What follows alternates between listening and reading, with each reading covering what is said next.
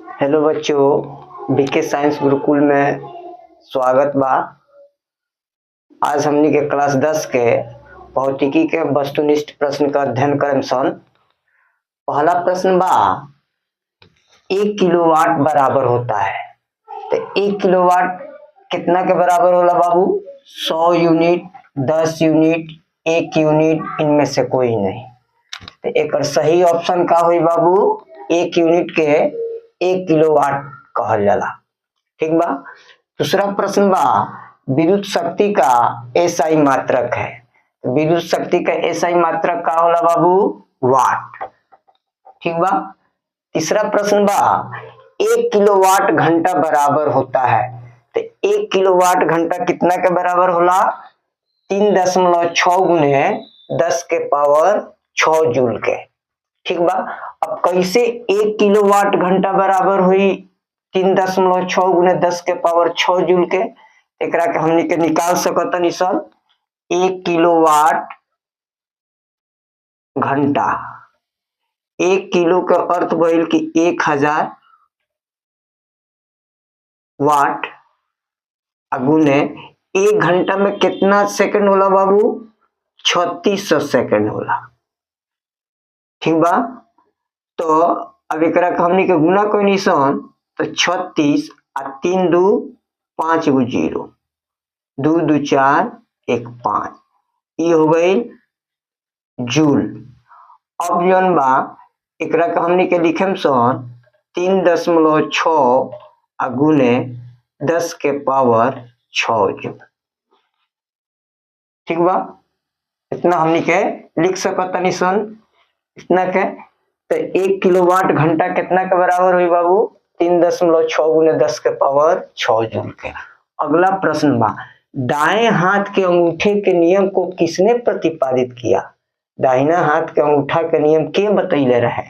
तो ये बतैले रहे फ्लेमिंग जी। ठीक बा। अगला प्रश्न बा, विद्युत फ्यूज विद्युत धारा के किस सिद्धांत पर कार्य करता है? तो विद्युत फ्यूज जौन बावे वो विद्युत धारा के उष्मीय प्रभाव पर कार्य करेला। ठीक बा। अगला प्रश्न बा, 1 माइक्रो एम्पियर। तो 1 माइक्रो एम्पियर, तो 1 माइक्रो एम्पियर बराबर कितना एम्पियर होला? तो 1 माइक्रो एम्पियर बराबर 10 के पावर -6 एम्पियर के बराबर होला। अब देख लोगे अगला प्रश्न बा, प्रतिरोध का मान बढ़ाने के लिए प्रतिरोधकों को जोड़ा जाता है। जब प्रतिरोध के मान बढ़ावे को ही जितना भी प्रतिरोध में जोड़ल जाई विद्युत परिपथ में, ओकरा के श्रेणी क्रम में जोड़ दिए तो प्रतिरोध के मान बढ़ जाई। अगर ओकरे के समानांतर क्रम में जोड़ल जाई, पार्श्व क्रम में जोड़ल जाई, तो प्रतिरोध के मान का हो जाई बाबू? घट जाई। तो प्रतिरोध के मान बढ़ावे खातिर प्रतिरोध को कौना क्रम में जोड़े को हुई? तो श्रेणी क्रम में जोड़े को हुई, तब प्रतिरोध के मान बढ़ी। ठीक बा। अगला प्रश्न बा, इलेक्ट्रिक हीटर की कुंडली बनाने में किस पदार्थ का प्रयोग किया जाता है? तो उनमें नाइक्रोम के तार यूज होला। ठीक बा। निम्नलिखित में कौन ग्लोबल वार्मिंग के लिए उत्तरदायी है? यानी वायुमंडल के गर्म होखे खातिर सबसे बड़ा जिम्मेदार कौन होला? तो एकरा के एकर ऑप्शन हुई डी, CO2 कार्बन डाइऑक्साइड ही ग्लोबल वार्मिंग के लिए उत्तरदायी होला। समझ में आ गई? अब एकरा के नोट कर लोगे तब अगला प्रश्न बताओ।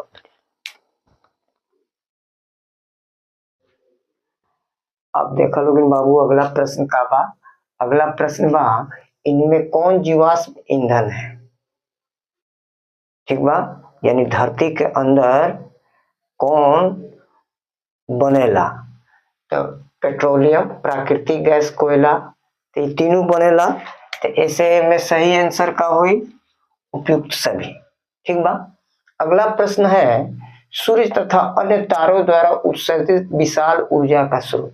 तो सूर्य होके चाहे अन्य तारा होके, वो हमेशा ओकरा अंदर नाभिकीय संलयन अभिक्रिया होला। तो एक सही ऑप्शन का हुई बाबू? नाभिकीय संलयन। अच्छा, अगला प्रश्न बा, टिहरी बांध निर्माण का उद्देश्य क्या था? भूमि सिंचाई, बिजली उत्पादन, जल आपूर्ति, इनमें से सही सभी। तो एक सही ऑप्शन का हुई इनमें से सभी। सभी के सभी के भूमियों सिंचाई खातिर बांध के निर्माण भइल, बिजली उत्पादन तो होबे करी और जल के भी आपूर्ति हुई। ठीक बा। अच्छा, खिलौना में किस गैस का उपयोग होता है? तो बाबू खिलौना में कौन गैस का उपयोग होला? शुष्क सेल, जेकरा का सूखा सेल भी कहल जाला। ठीक बा। अगला प्रश्न बा कि जल में विद्युत अपघटन में कैथोड पर कौन सी गैस होला मुक्त होती है? तो बाबू याद रखिए लोग, जल में विद्युत अपघटन की क्रिया करावल जाई तो कैथोड पर हाइड्रोजन गैस मुक्त हुई। ठीक बा। अगला प्रश्न बा, निम्नलिखित में कौन गैस चूना जल को दूधिया कर देता? तो चूना जल के कौन गैस दूधिया कर दी, दूध खानी कर दी? तो ऊ हवे कार्बन डाइऑक्साइड। ठीक बा।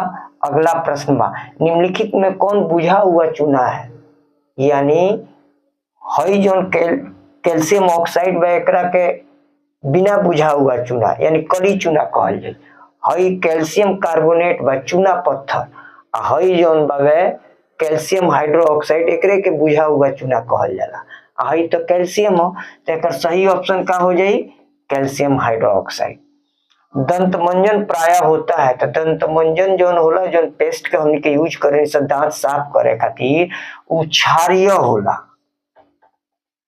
ठीक बा। अगला प्रश्न बा, मिल्क ऑफ मैग्नीशिया का पीएच मान। मिल्क ऑफ मैग्नीशिया माने मैग्नीशियम हाइड्रोक्साइड। तो magnesium hydroxide milk of magnesia के यूज कब होला? जब हमनी के पेट में अम्लता ज्यादा हो जाई, गैस ज्यादा हो जाई, एसिडिटी ज्यादा हो जाई, तब जाके हमनी के मिल्क ऑफ मैग्नीशिया का यूज करने से एंटासिड हो गई। तो एकर उपयोग, एकर पीएच मान कितना होला बाबू? 10.5 होला। अगला प्रश्न बा, धातु जो कि सिर्फ अम्ल राज में घुलता है, तो अम्ल राज में सोना घुल जाई, प्लेटिनम घुली, और ही ना घुली। सोना और जोन प्लेटिनम बा एक ई जोन बावे अम्ले राज में घुली। ऐसे कर आंसर का हुई बाबू? सोना हो जाए। ठीक बा, नोट कर लो लोग।